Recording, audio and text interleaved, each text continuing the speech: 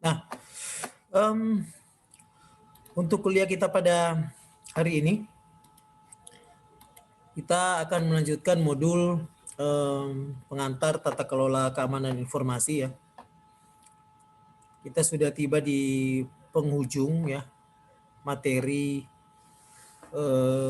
dari modul keamanan informasi dan forensik digital. Gitu. Setelah pengantar tata kelola keamanan informasi, maka kita akan masuk ke modul yang kedua ya, itu modul digital forensik. Gitu. Nah, kemarin sudah diterangkan tentang sistem manajemen keamanan informasi ya. Yang bagian yang kedua, kita akan lebih dalam membahas tentang aspek-aspek teknis ya dari manajemen keamanan informasi itu. Yang seperti Anda sudah lihat misalnya di layar yang sudah dibagikan gitu. Jadi apa yang dimaksud dengan standar ya SNI ISO IEC 27001 ya dan indeks keamanan informasi ya. Dan mengapa perlu standar itu ya? Karena pertama kenyataan kita terlebih khusus di bidang government itu setelah 15 tahun implementasi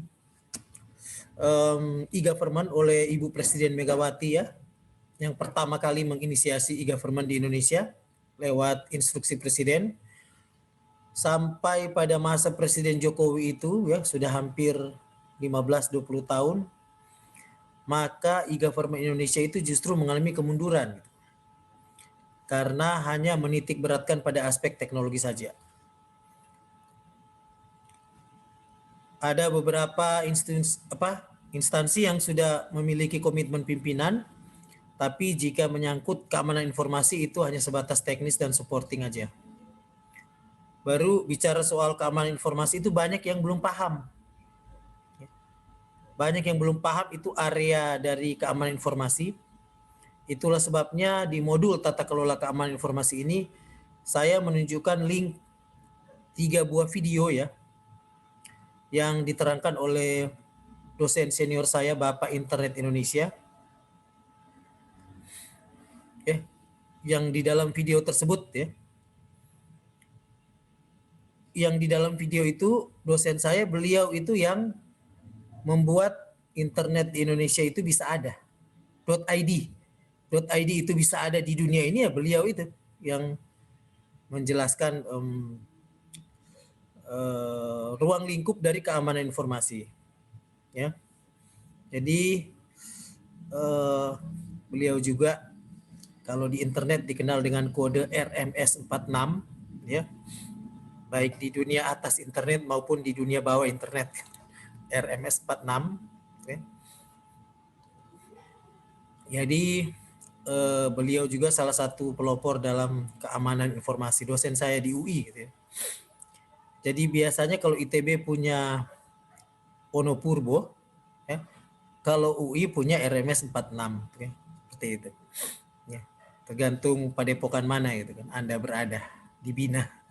Kalau Mener Safek dibina di padepokan ITB, kalau saya dibina di padepokan UI RMS 46. Nah, di situ kita semua belajar tentang keamanan informasi dan kita temukan bahwa hampir semua organisasi di Indonesia itu belum paham gitu. Ruang lingkup keamanan informasi itu sebenarnya seperti apa. Apalagi mengidentifikasi resiko keamanan informasi. Ya. Nah, rutin pelaksanaan dalam pengelolaan keamanan informasi belum dicatat ya, sehingga sulit untuk menganalisa insiden yang mungkin terjadi. Seperti yang insiden keamanan yang sekarang sudah sementara terjadi ya, sudah sejak 1 bulan ini sampai hari ini ya, masih ada yang melaporkan bahwa ada username password mereka yang telah diganti ya oleh sistem, oleh seseorang, mereka tidak tahu itu ya. Tapi itu terjadi, itu contoh insiden gitu terjadi. Baru kurangnya kuantitas dari segi jumlah dan kualitas di SDM yang menangani keamanan informasi di Indonesia itu memang masih sangat kurang ya, apalagi di daerah. Ya, nah, jadi jelas kita butuh ya sebuah pemahaman baru tentang keamanan informasi ya, di mana objek keamanan informasi itu adalah people, proses, dan teknologi. Kemudian kita harus meningkatkan awareness terkait ancaman, ya, kerawanan dan risiko keamanan informasi pada semua level. Gitu. Baru kita membutuhkan suatu pemahaman standar apa yang dimaksud dengan keamanan informasi di semua level. Gitu. Baru kita perlu implementasikan sistem manajemen keamanan informasi. Baru yang terakhir, kita harus meningkatkan kompetensi SDM untuk memperkecil gap kebutuhan itu. Ya. Jadi kalau bicara soal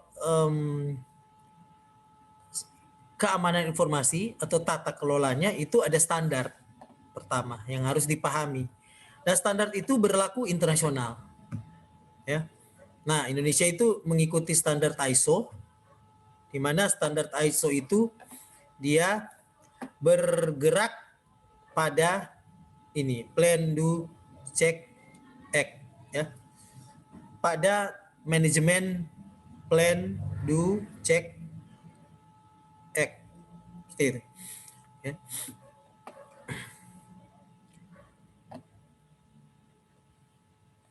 Nah, elemen dari tata kelola atau sistem manajemen keamanan informasi itu seperti ini, ada 10 hal yang perlu disiapkan ya. Misalnya konteksnya apa, kepemimpinannya seperti apa, perencanaannya, model dukungan, operasi, performance evaluation, dan model improvement. Ini adalah standar sistem keamanan informasi yang berlaku secara internasional atau kita menyebutnya sebagai standar ISO 27000. Ya, isinya seperti ini strukturnya. Ya. Jadi ISO 27000 itu ada, kalau bicara soal ISO 27001 berarti itu tentang ISMS, Information Security Management System, ISMS. Baru kalau ISO 27002 itu berbicara soal kode praktek untuk Information Security Management. ISO 27003 itu bagaimana mengimplementasi, ya, menerapkan di lapangan. ISO 27004 itu bagaimana mengukur pelaksanaan keamanan informasi, ya, dan sebagainya. Seperti itu. Nah, ini dia standar yang sampai sekarang ya, tahun 2020. Meskipun di kabar terakhir sudah ada standar NIST ya yang terbaru, tapi itu versi Amerika. Kalau yang versi Eropa itu masih menggunakan ISO 27000. Ada banyak sekali standar di sini, sekarang itu ada sekitar 34 standar yang kita gunakan gitu untuk menerapkan keamanan informasi di level organisasi.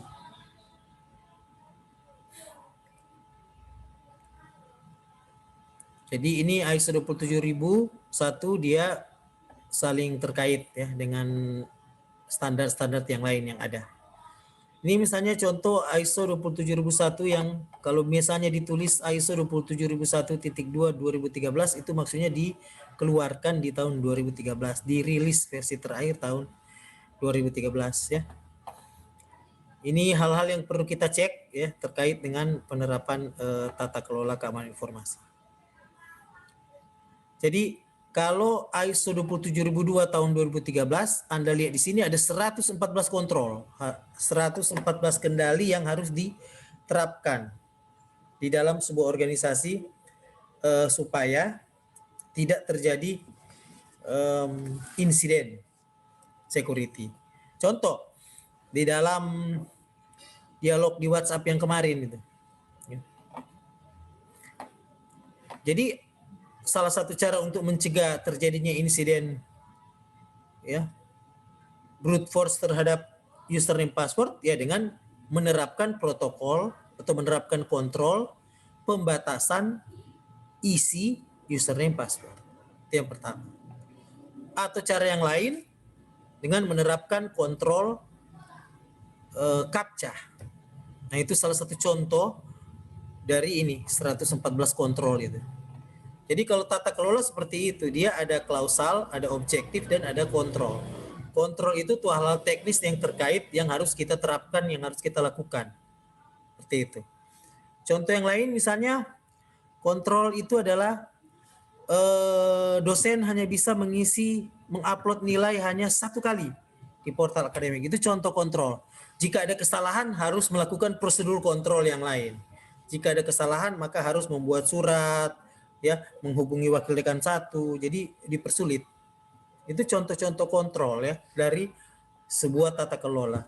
Jadi tata kelola itu adalah SOP, kita bisa menyebutnya SOP dalam pengertian yang sederhana, tapi bukan hanya sekedar SOP, di situ juga ada objektifnya dan ada kontrol yang kita terapkan, dan kontrol itu harus dilakukan ya, seperti di portal Inspire sekarang.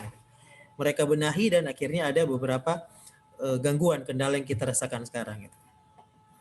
Nah, kalau kita sudah menerapkan ini semua, dan biasanya auditor turun di lapangan dan mereka mengecek semua itu ada, baru diberi sertifikasi ISO 27001. Ditandai bahwa menandakan bahwa organisasi ini telah secure dan memenuhi standar ISO 27001. Seperti itu. Nah, untuk sampai ke situ harus ada beberapa tahap yang harus dilakukan gitu ya. Tahap yang kuning ya, baru tahap yang hijau, baru tahap yang biru. Seperti itu. Tahapan yang kuning itu biasanya di level pimpinan. Sedangkan tahap yang hijau itu biasanya di level manajemen, ya, middle management. Sedangkan yang biru itu biasanya di level user, di level pengguna. Jadi kalau 3 tahapan ini sudah dilakukan, auditor bisa datang dan dia mengecek semua itu.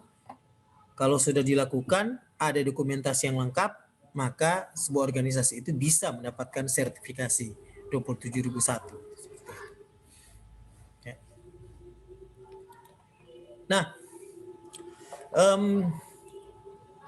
ini contoh-contoh dari tahapan penerapan SMKI gitu, atau Sistem Manajemen Keamanan Informasi. Jadi yang pertama itu harus ada persetujuan pimpinan dulu. Kemudian ada penetapan peran dan tanggung jawab. Ya. Baru sesudah itu ada mendefinisikan ruang lingkup.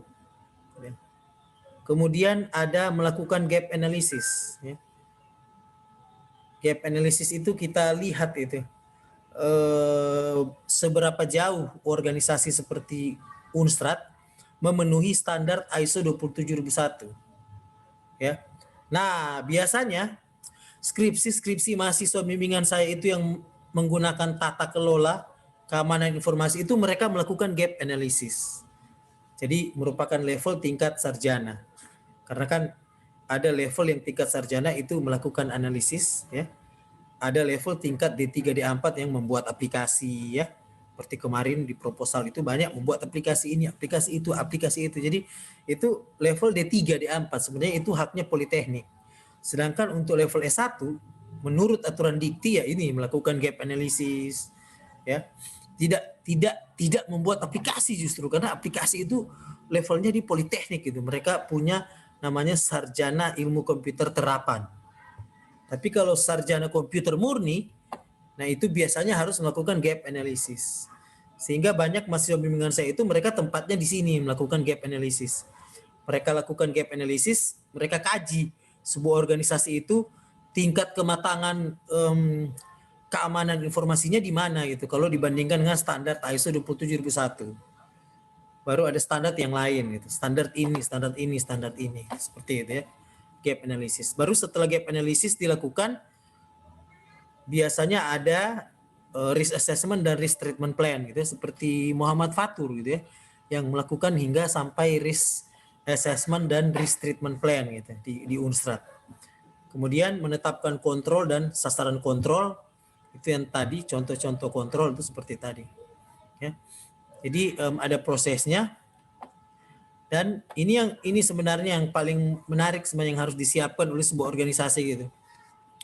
Jadi kalau misalnya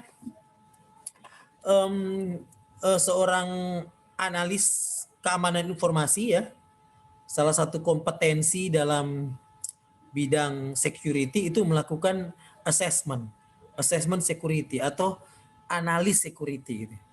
Analis security itu kerjaannya itu sebenarnya dia bisa membuat tabel ini gitu ya di sebuah organisasi. Kemungkinan akan terjadi serangan ya kira-kira dalam skala apa? Kalau skala 1 berarti almost certain. Kalau skala 2 sering gitu ya. Jadi antara 50 sampai 90% akan terjadi dalam periode waktu 1 tahun. Nah, skala 3 itu possible gitu, kemungkinan ya. Antara 10 sampai 50% akan terjadi. Baru skala jarang gitu ya. Seperti itu. Nah, setahu saya itu dari saya masih bekerja di Unstrad sebagai seorang cyber security officer, itu untuk gangguan password itu almost certain gitu yang hitungan saya kemarin di tahun 2016. Jadi dia pasti akan terjadi gitu ya. Di kampus kita di Unstrad. Gangguan password. Kenapa? Karena kita menemukan waktu kita wawancara bersama dengan Fatur, melakukan wawancara, melakukan assessment, itu jangankan password dibobol ya. Ada dosen dan mahasiswa yang saling bertukar password gitu ya.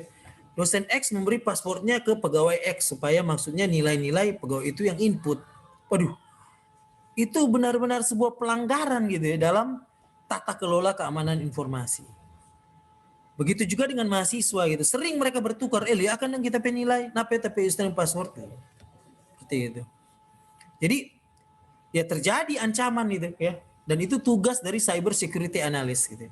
Dan ini sebenarnya yang bisa menjadi penelitian riset level S1 terkait keamanan informasi. Memperkirakan kira-kira untuk web defacement, untuk ancaman web defacement di web Unstrad itu kira-kira masuk pada kategori mana? Apakah kategori 4 jarang, rare, atau kategori 3 possible, atau kategori 2 likely? Seperti itu.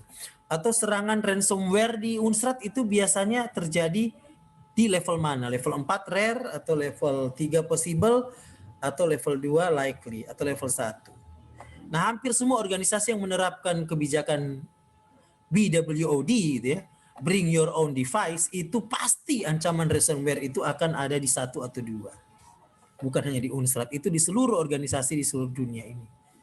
Karena dengan membawa perangkat sendiri saat menggunakan jaringan di Unstrad gitu ya, hanya berdasarkan pembatasan username password, tidak melakukan kontrol-kontrol yang lain, maka itu merupakan salah satu penyebaran virus sebenarnya, termasuk ya malware, termasuk ransomware ini.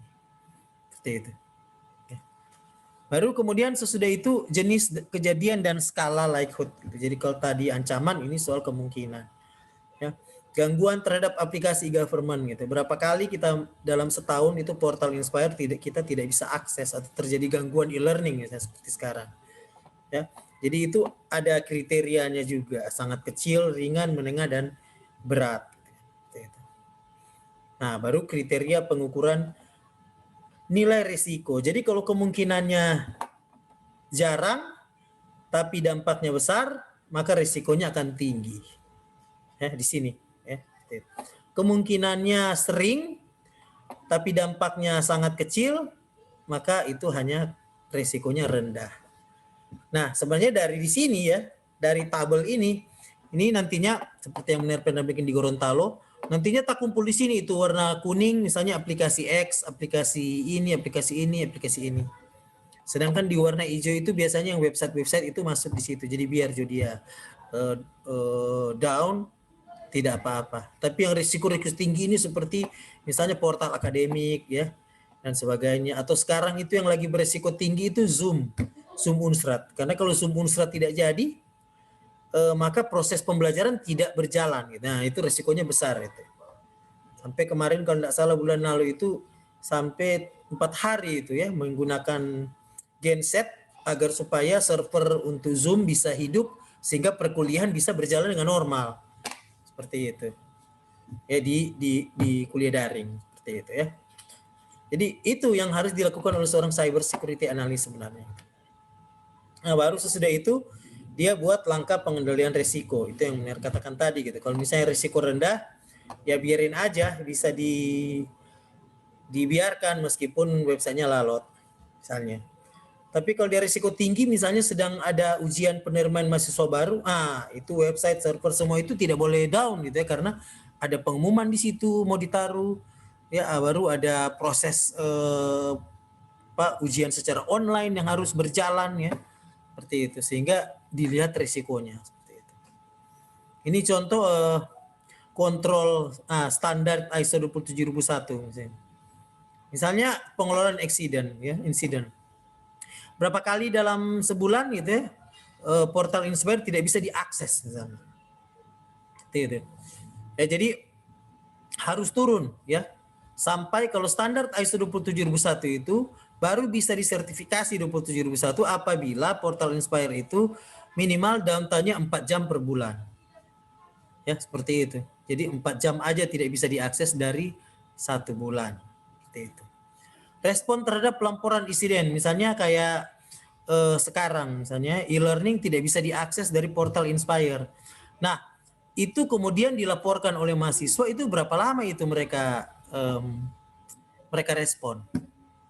Atau password portal Inspire dibobol, ya berapa lama itu direspon? Kalau sudah makin cepat direspon, makin baik dan makin memenuhi standar ISO 27001. Kalau lapor hari ini nanti di handle minggu depan, itu udah lalot itu orang yang merespon itu, sehingga tidak memenuhi standar ISO 27001. Seperti itu ya. Akses data center seluruh, siapa-siapa aja yang bisa memasuki data center. Ya. Seperti itu. Dengan kondisi data center kita misalnya agak tidak memenuhi syarat ya, karena data center yang di Fakultas Teknik itu kan di lantai 1 ya. Data center kan tidak boleh di lantai 1 gitu. Kalau di PTI itu data centernya di lantai 2 ya, lantai 2 atau lantai 3, sehingga memenuhi syarat itu, tidak semua orang bisa mengakses itu. Seperti itu. Ya. Ini pemisahan tugas gitu ya. Apakah ada pemisahan tugas di situ ya? Jadi ada kelompok orang yang mengembangkan aplikasi, ada kelompok orang yang hanya spesial testing aplikasinya, ada kelompok orang yang hanya sistem integrator, ada kelompok programmer tertentu yang tugasnya mengupload ya aplikasi ke lingkungan yang benar untuk orang gunakan, seperti itu. Jadi semuanya harus ada penanggung jawab operasional gitu, seperti itu ya, sehingga di situ Anda akan sadar bahwa sebenarnya waktu Anda lulus sarjana komputer itu Anda harus mengambil sertifikasi, karena kalau kerja menurut semua standar ukuran kualitas ya, seperti standar ISO itu tidak boleh kita kerjakan satu kali. Itu harus dibagi-bagi peran gitu. Kamu hanya bikin interface-nya antar muka, kamu UI UX-nya, kamu back-end-nya.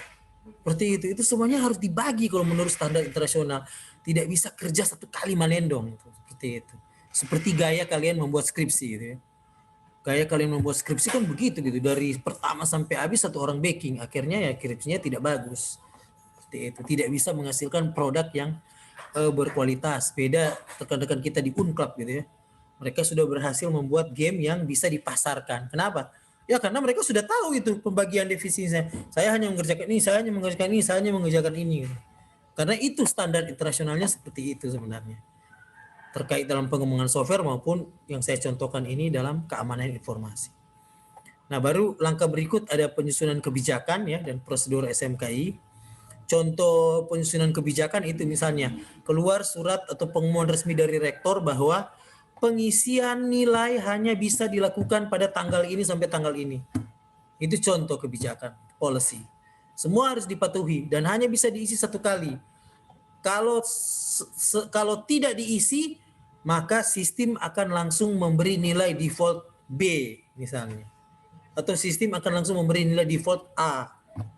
Meskipun dia tidak pernah berkuliah dan selama nilai itu tidak diupload oleh dosen pengampu hingga pada waktu yang tentukan, maka sistem akan memberi nilai A. Itu contoh penyusunan kebijakan. Baru terakhir sosialisasi dan pelatihan ya. Harus dilatih orang menggunakan portal Inspire itu, tidak boleh coba-coba. Ya, seperti itu harus disosialisasikan ya. Diberi kesempatan ada waktu testing gitu ya. 26.000 user mahasiswa di Unsur harus diberi kesempatan selama 3 minggu testing portal Inspire sebelum dia di launching. Nah, kadang-kadang kalau ini semua tidak dilakukan, maka dianggap tidak memenuhi standar kualitas dari keamanan informasi. Seperti itu. Ya. Ini contoh-contoh dokumen yang harus disiapkan ya, ada banyak dokumen. Saya sudah beri contoh tadi. Ya. Ini bukti-bukti rekaman ya. Bukti-bukti rekaman yang harus ada dalam bentuk print biasanya atau soft copy. Nih misalnya contoh ini, logs of user activities, exception and security events. Jadi harus ada server khusus yang didedicated di Unsur yang ditugaskan untuk merekam seluruh aktivitas e-learning. Seperti itu. Ya, kalau tidak ada itu berarti tidak memenuhi standar ISO 27000, standar security.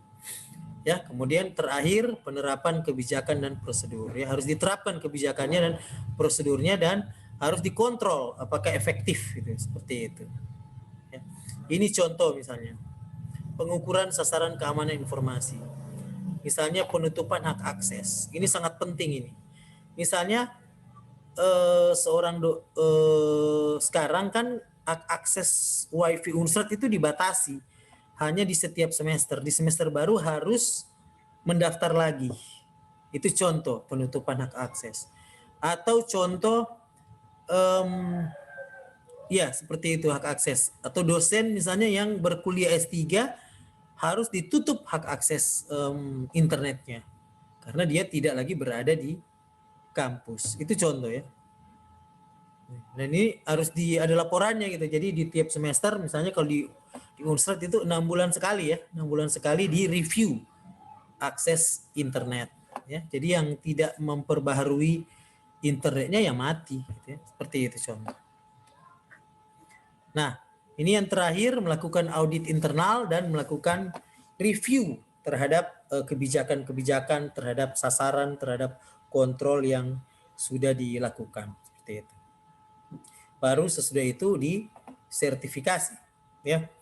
Nah, bagian yang kedua, ini soal indeks keamanan informasi. Ya. Jadi yang saya sudah sempat singgung tadi. Jadi kalau saat kita akan melakukan gap analysis, ya, disitulah kita memerlukan sebuah alat ukur. Nah, alat ukur ini contohnya indeks keamanan informasi. Nah, dari Kominfo sendiri dia memberikan alat ukur indeks yang dia sebut indeks kami.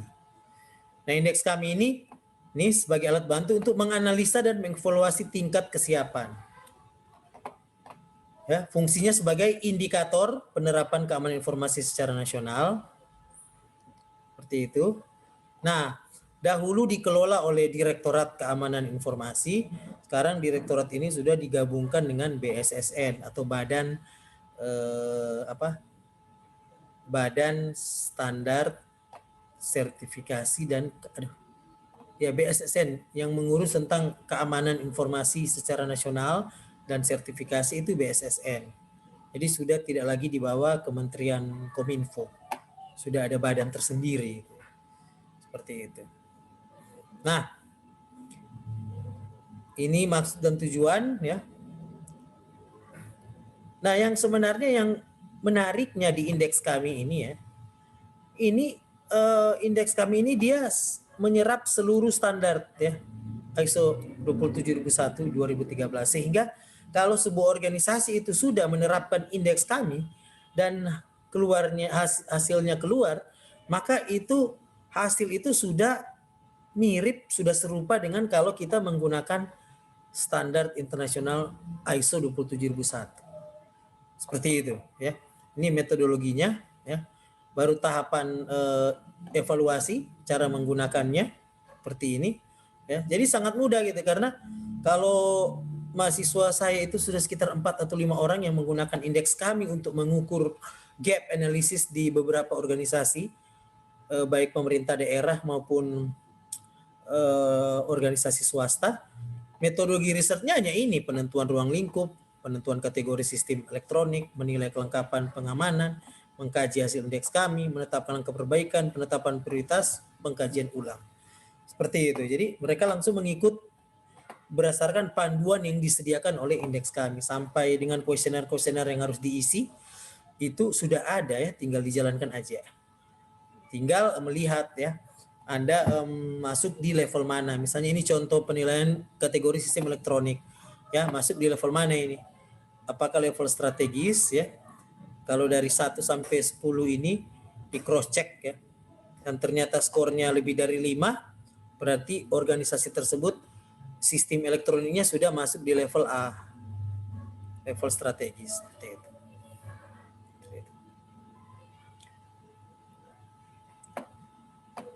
Nah, ini contoh penerapan risikonya, ya.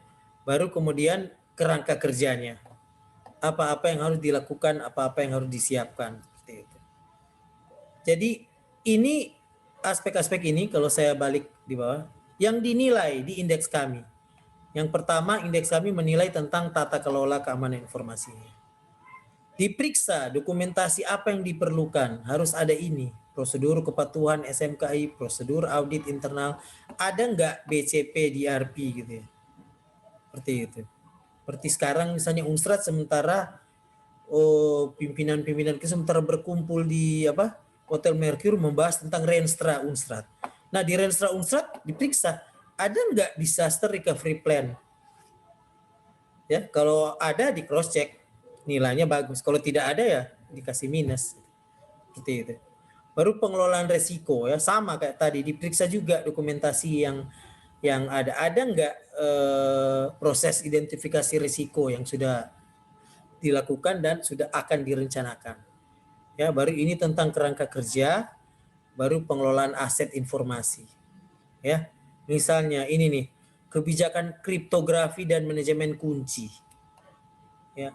Apakah username dan password Unsrat itu disimpan saja dalam text file atau di kriptografi, di decrypt, di encrypt dulu gitu.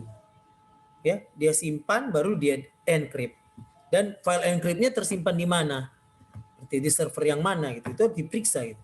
Oh ternyata tidak di encrypt, hanya seperti file saja. Nah itu berarti pelanggaran terhadap pengelolaan aset informasi. Boro-boro di Unsrat ya kemarin di Facebook malah ditemukan username password kita itu tidak di encrypt gitu, hanya disimpan di file teks aja. Oh itu udah level Facebook ya, apalagi level Unsrat gitu ya. Baru ada teknologi dan keamanan informasi ya. Lihat apakah ada gambar arsitektur ya, diagram jaringan. Seperti itu. Nah, sesudah itu kita nilai itu jumlah kelengkapan dokumentasinya, baru tingkat keamanan proses itu kita mengacu ke penilaian COVID atau CMMI. Seperti itu. Nah, ini contoh aplikasi indeks kami. Ya, jadi Anda lihat ini pertanyaan-pertanyaan yang sudah baku ya. Pertanyaan-pertanyaan ini hanya berubah kalau indeks kami mengeluarkan versi terbaru. Seperti yang digunakan oleh salah satu mahasiswa saya, ya. Ini ya, kalau Anda lihat di sini, ini ada contoh indeks kami ya. Ini paper di Jurnal Teknik Informatika ya, penerapan indeks kami oleh Fatur. Ya. Nah, kalau Anda lihat skor yang ditunjukkan dengan Fatur, karena Fatur masih menggunakan indeks kami versi 1. Kemudian ada mahasiswa saya yang wisuda tahun lalu, dia menggunakan indeks kami versi 2, tapi di Kabupaten Minahasa Tenggara. Ya. Beda sudah kuesionernya. Beda sudah pertanyaannya, cara hitungnya masih banyak, tetapi karena jumlah pertanyaannya sudah beda, maka perhitungan skor rata-rata juga sudah berbeda. Ya. Nggak, hasilnya berbeda. Jadi misalnya, oh mari kita hitung kembali indeks kami di Unsrat. Oh sudah, Unsrat sudah pernah menghitung indeks kami. Iya, menggunakan alat ukur yang versi lama. Jika ada yang ingin mengukur kembali menggunakan alat ukur yang beda, tentu judul skripsi itu bisa diterima. Karena begitulah karakter research dalam sistem informasi ya, seperti itu. Beda tahun, beda alat ukur, beda hasil. Meskipun organisasinya sama. Jangankan beda alat ukur, beda frekuensi jangka waktu riset saja itu sudah berbeda kalau sistem informasi ya. Nah, ini penilaian kelengkapan ya. Jadi dinilai seperti ini, tinggal diisi-isi aja ini ya. Karena sudah ada Excel-nya, tinggal kita isi, keluar ini perhitungan-perhitungannya. Gitu. Jadi codingnya sudah dikerjakan. Kalau biasanya dalam research sistem informasi kita mengatakan codingnya sudah ada. Iya, codingnya sudah ada. Ya, model risetnya sudah ada, codingnya sudah ada, tinggal diisi ya, sehingga langsung angka-angkanya langsung keluar gitu ya. Tidak perlu lagi menggunakan aplikasi tertentu karena aplikasinya sudah ada. Baru keluarlah dashboard dalam bentuk seperti ini. Ya. Jadi ini contoh-contoh kelengkapan dokumentasi ya dari indeks kami itu. Jadi sebenarnya itu saja ya. Dalam slide yang sekarang itu yang saya terangkan itu sebenarnya cara dia melakukan penerapan ya, bukan masalah konsep lagi tapi bagaimana menerapkan sistem manajemen keamanan informasi di sebuah organisasi. Ada langkah-langkah yang harus diikuti, mulai dari persetujuan pimpinan sampai melakukan audit internal ya, seperti itu. Nah, kalau itu semua dilakukan baru bisa keluar hasil pengukuran tata kelola keamanan sistem informasi.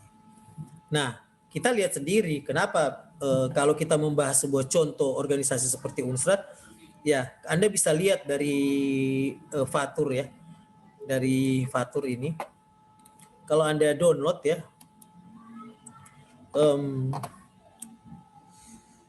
hasil dari Fatur itu bisa kelihatan gitu kenapa kondisi ya. Kenapa di Unsrat masih bisa bobol password portal Inspire? Ya, karena berdasarkan perhitungan dari Fatur itu, ya karena memang masih rendah ya. Mau dibilang gimana lagi, ini kan riset itu kita tidak boleh bohong. Kita mencari tahu datanya seperti apa, kemudian kita sampaikan pada publik lewat publikasi jurnal. Nah, kalau Anda lihat itu, hasilnya memang ya, tunggu saya sharing di sini ya supaya Anda bisa lihat kondisi di Unsrat ya, implementasi indeks kami di Unsrat ya. Anda bisa lihat dashboardnya ini. Lihat dashboard ya.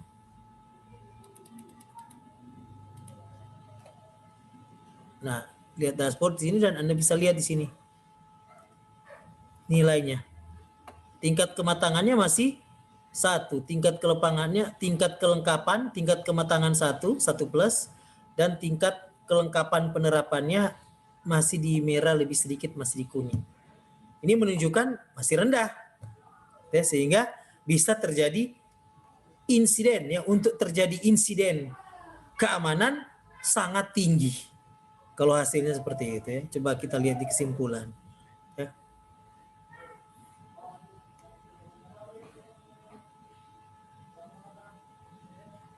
Hasil dan kelengkapan, coba kita lihat langsung di kesimpulan. Ini.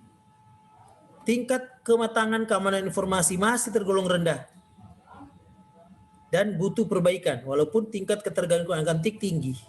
Jadi Unsrat itu bergantung ke TIK ya, karena pimpinan selalu bilang TIK dan sebagainya, tapi security-nya masih rendah. Itu. Nah, skor indeks dia hanya skor 191 dari 58, skor maksimalnya 32%, sehingga tidak cukup untuk mencapai standar keamanan yang baik. Jadi sekarang misalnya kalau terjadi sebuah insiden di Unsrat, ya Mnersteni hanya akan bilang ya emang pasti akan terjadi karena tidak ada kontrol yang diterapkan gitu.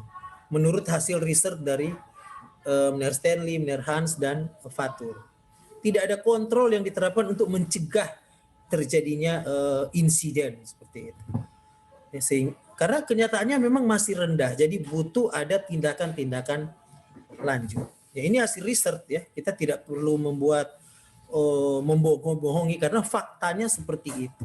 Mungkin sekarang kalau ada yang meneliti mungkin sudah berbeda, I don't know gitu ya. Tapi berdasarkan data yang kita kumpulkan di tahun itu 2-3 tahun lalu, kondisinya masih rendah sehingga kemungkinan terjadinya insiden masih sangat tinggi. Oke, saya kira sampai di sini aja yang perlu saya terangkan.